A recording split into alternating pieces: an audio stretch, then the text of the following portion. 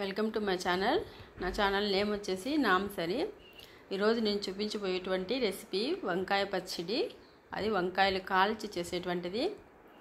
ముందుగా నా video first time చూసినట్లయితే లైక్ చేయండి, షేర్ చేసి సబ్స్క్రైబ్ చేసుకోండి. నేను ఒక 4 వంకాయలు తీసుకున్నాను, ఫ్రెష్గా ఉండేటువంటి వంకాయలు. ఇలాగా నేను స్టవ్ మీదే కాల్చుకుంటున్నాను. మీకు వీలైతే ఒకవేళ పొయ్యి ఉంటే నిప్పుల మీద కాల్చుకుంటే మరీ బాగుంటుంది. రెండు వైపులా బాగా కాల్చుకోవాలి. ఇలాగా కాల్చుకొని చేసుకుంటే టేస్ట్ కూడా అదిరిపోతుంది. చిన్నప్పుడు మా అమ్మ చేసి పెట్టేది ఇలాగా. అప్పుడప్పుడు జాగ్రత్తగా స్టవ్ మీద కాబట్టి మనకు కొద్దిగా కాల్చుకోవడానికి కూడా ఇబ్బందిగానే ఉంటుంది. అలాగే నిప్పుల పొయ్యి మీద అయితే బొగ్గుల పైన అయితే ఈజీగా కాల్చుకోవచ్చు. ఈ చట్నీ వేడివేడిగా ముద్దలోకైనా లేక రైస్లోకైనా చపాతీలోకైనా చాలా చాలా బాగుంటుంది. బాగా కాలాలి. మొత్తం అంతా పైన ఉండేటువంటి వైలెట్ కలర్ అని చూసామా, ఆ వైలెట్ కలర్ మొత్తం ఫుల్ బ్లాక్ వచ్చేంత వరకు కాలాలి. పైన తోలు మొత్తం అంతా కాలాలి. అలాగే లోపల కాలాలంటే మనకు మొత్తం మనం ఒకసారి ప్రెస్ చేస్తే మెత్తగా అవ్వాలి. మెత్తగా ఉంటేనే లోపలంతా కాలి ఉంటుంది, లేదంటే లోపలంతా పచ్చి పచ్చిగా ఉంటుంది. అలాగే చేసుకుంటే కూడా మరి బాగుండదు. బాగా కాల్చుకోవాలి. అన్ని వైపులా ఇలా తిప్పుకుంటూ జాగ్రత్తగా కాల్చుకోవాలి.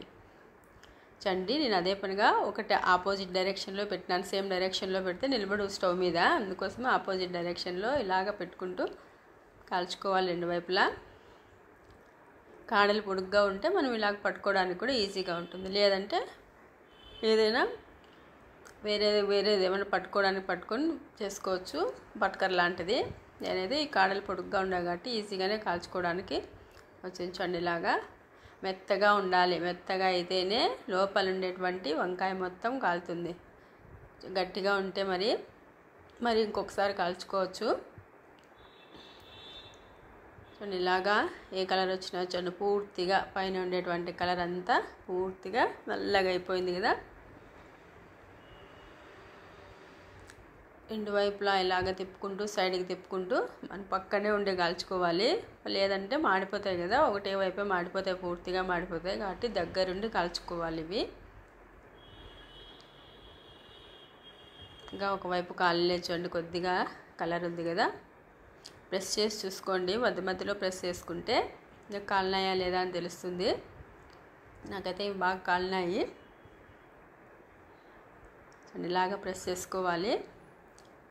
అప్పుడప్పుడు ప్రెస్ చూసుకొని బాగా కాల్చుకోవాలి. ఎంత బాగా కాల్చుకుంటే ఆ వంకాయ టేస్ట్ కూడా అంత బాగా ఉంటుంది. మెయిన్గా ఏంటంటే మనం తీసుకునేటువంటి ఏ రకమైన వంకాయ అయినా కూడా ఫ్రెష్గా ఉంటేనే, వంకాయలు ఎక్కువ రోజులు ఉండవు కదా, ఒక 2 రోజులకి 3 రోజులకి లోపలంతా నల్లగా అయిపోతుంది. కాబట్టి మనం ఫ్రెష్గా తీసుకుంటేనే చాలా బాగుంటుంది. ఇప్పుడు మొత్తం 2 కాలినాయి. ఇంకా మరొక 2 అలాగే కాల్చుకుంటాను. చిన్న ఆపోజిట్ డైరెక్షన్లో పెట్టుకొని కాల్చుకుంటే స్టవ్ మీద మనకి ఈజీగా కాలుతాయి. చూడండి, ఇలాగా నేను 4 వంకాయలు కాల్చి పెట్టుకున్నాను. ఇప్పుడు ఒక ప్యాన్ పెట్టుకొని ఇందులోకి ఒక మీడియం సైజ్ టమోటా తీసుకున్నా. చూడండి, నేను మీడియం సైజ్ టమోటా తీసుకొని వీటిని ముక్కలుగా కట్ చేయకుండా జస్ట్ ఊరికే ఘాటు మాత్రమే పెట్టుకున్నాను. ఎందుకంటే ఇందులో ఉండేటువంటి వాటర్ పూర్తిగా ఇంకిపోకుండా, అంటే డ్రై అయిపోకుండా ఉండడం కోసం నేను ఊరికే జస్ట్ కత్తితో ఘాటు పెట్టుకొని చూడండి మధ్యలో మాత్రమే తీసేస్తాను. తీసేసి ఇలాగ పెట్టుకొని ఒక 4 టమోటాలు వేసుకుంటాను.